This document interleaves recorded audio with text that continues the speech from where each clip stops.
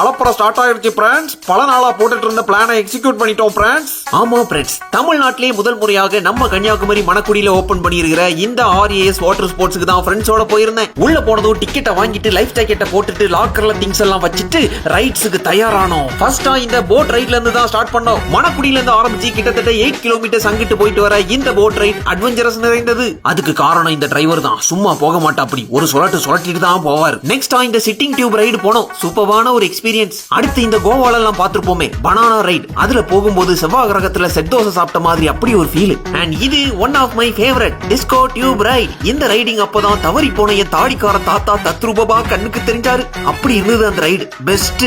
அப்புறம் இந்த flying tube ரைடும் லையிங் டியூப் ரைடும் போனோம். பாதி வழியில ஒரு திருப்புனா அப்படி டிரைவர் டைட்டானிக் ஜாக் ரோஸ் போல தண்ணிக்குள்ளேயே தவழ்ந்தோம். அண்ட் கடைசியா இந்த ஜெட் ஸ்கை ரைடும் போனோம். துடிவு பட கிளைமாக்ஸ் காட்சி ரீலோடட் ஊத கேங்ஸ்டா. இப்படியாக எல்லா ரைட்ஸையும் ஏகபோகமா முடிச்சு அங்கே இருக்கிற கேண்டீன்ல டீயும் குடிச்சு அங்க இருந்து கிளம்பணும். மொத்தமா 11 டைப்ஸ் ஆஃப் ரைட்ஸ் வச்சிருக்கிற இவங்க கிட்ட கிட்ஸுக்குன்னு தனியா பெடல் போட்ஸும் இருக்குது. எல்லா நாளும் ஓபன்ல இருக்கிற இவங்களோட டைமிங் பாத்தீங்கன்னா மார்னிங் 10 to ஈவினிங் 5. சோ உங்களுக்கும் இப்படியான சூப்பரான வாட்டர் ரைட்ஸ் எல்லாம் போகணும்னா கோவா கொச்சின் போக வேண்டிய அவசியம் இல்ல, நம்ம மணக்குடியிலே போய்க்கலாம். சோ விரைந்திடுங்கள்.